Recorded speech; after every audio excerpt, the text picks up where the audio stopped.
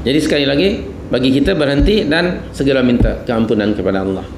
Allah itu Ghafur, menamakan dirinya Ghafur. Padahal Allah juga punya nama-nama yang lain, Jabbar ke, Qahhar ke. Tapi Allah tidak dalam ayat ini menggunakannya kalimat Ghafurun supaya mai sini, datang kepada aku, kata Allah, wala ubali, aku takkan kisah apa saja dosa kamu.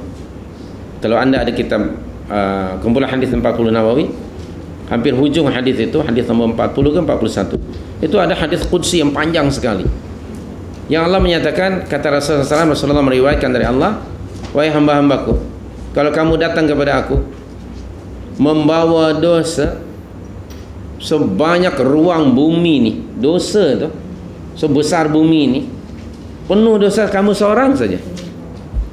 Kamu seorang, dosa ni bukan dosa orang lain kan. Kamu buat dosa sehingga dosa kamu itu memenuhi ruang bumi ni.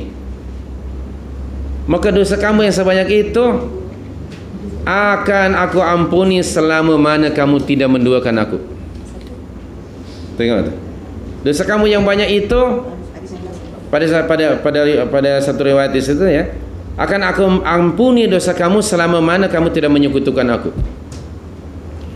Yang kedua itu, akan aku ampuni dosa kamu selama mana kamu memohon keampunan kepadaku. Baik. Jadi dosa yang begitu banyak, selama kamu mohon keampunan kepada aku, akan aku beri keampunan. Dosa kamu itu sebanyak ruang langit dan bumi. Dosa kamu semuanya. Tetapi kamu tidak pernah mendoakan aku, akan aku ampuni dosa kamu. Subhanallahil karim. Ini satu peluang yang patut kita ambil ya. Hadis nomor berapa tu? 42. Hadis 40 nombor 42. Baik, jadi kita kembali lagi, bagi kita tu Ghafur dan Rahim. Alhamdulillah, patut kita syukur kepada Allah kerana Allah punya sifat Rahim. Tidak ada seorang pun di antara kita yang tidak melakukan kesalahan. Okey? Tidak ada seorang pun. Berapa tahun kita melakukan kesalahan kalau dibandingkan dengan keinsafan kita yang baru ini?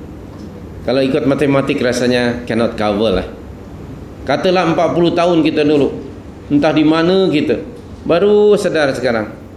Okey, umur sudah 41 tahun, baru 1 tahun. Kalau ikut matematik tidak mungkin satu mengalahkan 40. Atau 25 at least lah ya, dari 15 ke 40. Subhanallahil karim. Tapi jangan putus asa dari rahmat Allah. Allah itu Rahim. Bukan lakukan dosa dan dosa dipanjangkan usia kita. Alhamdulillah, dibagi oleh Allah peluang untuk insaf dan sedar kembali kepada Allah Subhanahu wa taala. Kalau Allah Subhanahu wa taala menghendaki setiap orang yang melakukan dosa kemudian on the spot ya, Allah remind him dengan azabnya, maka tidak ada seorang pun yang akan selamat dan boleh hidup di dunia ini. Alhamdulillah, ini adalah sebagai rahmat dari Allah Subhanahu wa taala. Sekiranya Allah Subhanahu wa taala menghendaki semua orang yang melakukan kesalahan itu diazab oleh Allah Subhanahu wa taala di dunia ini, maka tidak ada seorang pun yang selamat ya. La yu'akhidhumullah, okey. Sekiranya Allah Subhanahu wa taala menghendaki tiap-tiap kesalahan itu akan dibalas secara instan ya oleh Allah Subhanahu wa taala di dunia ini, maka tidak ada seorang pun yang akan selamat daripada azab Allah Subhanahu wa taala. Fa nahmadullah, kita bertahmid kepada Allah Subhanahu wa taala kerana Allah tidak mengazab manusia sekaligus di dunia ini kerana kesalahan-kesalahan mereka. Okay. Dan kita patut mengambil rahmat Allah Subhanahu wa taala itu dengan cara kita segera kembali kepada Allah Subhanahu wa taala dengan penuh keikhlasan ya. Maka sebagai mukmin kita harus sentiasa terus-terusan memohon keampunan Allah Subhanahu wa taala. Okay. Kerana Allah itu mensifati dirinya sebagai Ghafur dan juga Rahim Falaula rahmatullah, jika sekiranya tidak kerana rahmat Allah Subhanahu wa taala, maka tentu saja Allah Subhanahu wa taala akan mengazab manusia di dunia ini.